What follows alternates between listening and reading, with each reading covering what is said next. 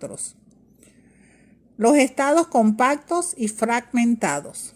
Son compactos aquellos cuyos territorios no están separados ni por el mar ni por otros estados, y su forma puede ser redondeada y alargada. Ejemplo, Bélgica, México y otros. En los estados fragmentados, sus territorios están divididos por el mar o por el territorio de otro estado. Ejemplo, Indonesia y Japón, separados por el Índico y el Pacífico.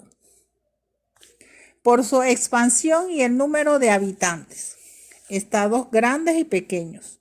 El tamaño influye en el desarrollo por la variedad de recursos naturales, distribución de la población, en la defensa, pues se pueden desplegar a varios territorios y repeler al invasor. Son grandes los que miden más de 600.000 kilómetros cuadrados. Por ejemplo, Rusia, China, Canadá, Brasil, Estados Unidos, México y Argentina. Los estados muy pequeños son microestados. Ejemplo, Andorra, San Marino, Mónaco, el estado de Luxemburgo y el estado de la Ciudad del Vaticano. Los estados de gran población y de poca población. Las regiones más pobladas son las de fácil defensa y llanuras fértiles, cerca de ríos navegables. Ejemplo, China, Rusia, India, Japón, Estados Unidos, entre otros. Los de poca población son de suelos poco fértiles, los de las regiones desérticas como el Sahara y también en las regiones muy frías.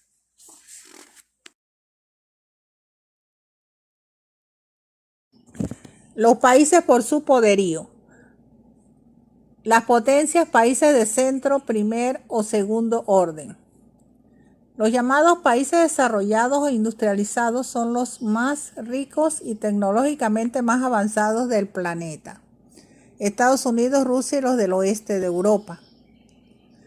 También tenemos que están entre los muy industrializados: Alemania, Italia, Reino Unido de Gran Bretaña, Francia, Estados Unidos, Canadá y Japón. Por su poderío están los imperios. Los más ricos e industrializados, los más prósperos, los del bloque occidental. Estados Unidos, Japón, Corea del Sur, Taiwán, Australia y las naciones del occidente de Europa, Alemania, Francia, Inglaterra, Italia, España y Portugal. Estas regiones son consideradas como imperios económicos, políticos y militares. Los neutrales, débiles, satélites, periféricos, dependientes en vías de desarrollo. En estos estados, el sistema de explotación económica se basa en salarios ínfimos para los grupos autóctonos. Los estados independientes están subordinados a una fuerza mayor que los explota miserablemente. Son naciones que aceptan mediante un tratado el dominio de otra que restringe su soberanía y que va a asumir su representación internacional. Constituyen formas de coloniaje. Por su soberanía. El Estado soberano, cuando su gobierno no es subalterno a ninguna autoridad foránea, ejerce plena autoridad sobre su territorio. Los protectorados y dominios. Es una colonia que dispone de un gobierno local donde la metrópoli se reserva el manejo de los asuntos de defensa, comercio y relaciones exteriores. Es otro tipo de territorio dependiente. La soberanía está dividida entre el territorio dependiente y el dominador, según convenios o tratados. Tienen gobierno propio y el Estado dominante vigila y regula la vida económica y política, evitando la influencia de otros estados. En las Antillas, muchas islas son protectorados franceses, holandeses, ingleses y de los Estados Unidos.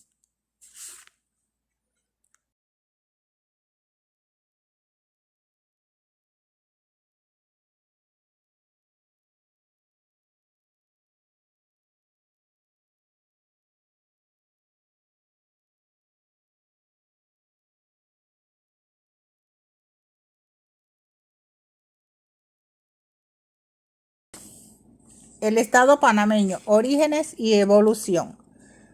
Los diferentes periodos de la historia de Panamá.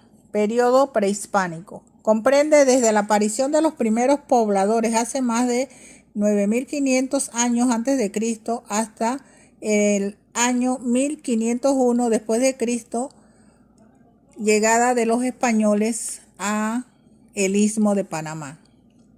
Aislados de la cultura occidental, desconocían el uso de la rueda y el hierro. Existían 4 grupos culturales: Coclé, Veraguas, Chiriquí y Darién. La cultura Coclé es considerada la más importante del istmo. Se extendió hasta la península de Azuero. El periodo colonial, desde 1501, llegada de Rodrigo de Bastidas, hasta 1821, independencia de Panamá de España. Lope de Vega plantea que la característica del pueblo panameño en la época es que era un pueblo festivo y alegre, preocupado solo por la actividad mercantil, por la situación del tránsito. También las famosas ferias de Portobelo, que dieron lugar a un mayor mestizaje. La sociedad colonial se caracterizó por la división de castas o clases sociales, en la que los españoles peninsulares tenían todos los privilegios. El periodo departamental, Unión a Colombia, 1821 a 1903. La sociedad panameña vivía una cruda realidad debido a las constantes guerras civiles colombianas, la miseria y el abandono que tenían todos los pueblos del istmo. Se dieron manifestaciones de nacionalidad con los primeros intentos separatistas de José Domingo Espinar, 1830, de Juan Eligio Alzuru, 1831, de Tomás Herrera, 1840-1841. Importante fue la creación del Estado Federal de Panamá por Justo Arosemena en 1855. Los intentos separatistas de 1830, 31, 40 y el Estado Federal en 1855 reflejan la voluntad de los ismeños de llevar una vida independiente y tener un territorio y una forma de gobierno con personalidad propia.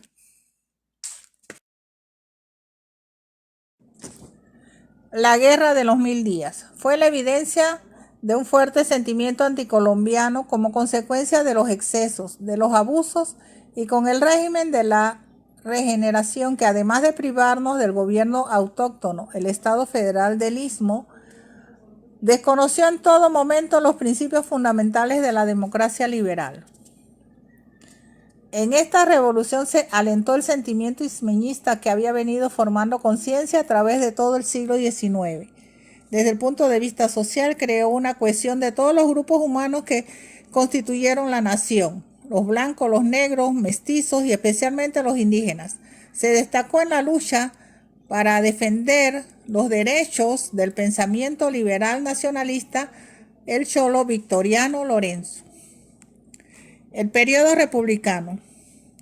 El movimiento separatista tuvo su origen en la iniciativa de José Agustín Arango, quien organizó la Junta Patriótica Revolucionaria, organizada en el mes de agosto de 1903. Después que el Senado colombiano rechazara el Tratado Herranjay, entonces desde el mes de octubre de 1903, la responsabilidad la asumió el doctor Manuel Amador Guerrero, con el consenso del general Esteban Huerta, jefe militar de Panamá. Se destacan en la gesta patriótica Eusebio A. Morales, Carlos A. Mendoza, Porfirio Meléndez, Federico Boy y Tomás Arias. Hubo apoyo de funcionarios norteamericanos que dirigieron la empresa del ferrocarril de Panamá.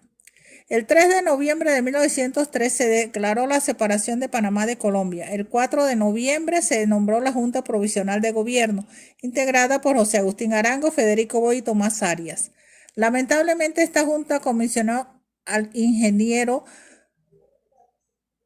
Felipe Buno Varila para que realizara negociaciones con los Estados Unidos destinadas a concertar un nuevo tratado para la construcción del canal, dándole en este tratado Jaibuno Varila a perpetuidad el área de la zona del canal a Estados Unidos, lo que trajo muchas luchas, pérdidas de vidas para al fin recuperar este territorio con el Tratado Torrijos-Carter, firmado en 1977 por el general Omar Torrijos Herreras y Jimmy Carter, presidente de Estados Unidos, consolidando la soberanía del Estado panameño en todo su territorio y además obteniendo los beneficios económicos que genera al país el canal.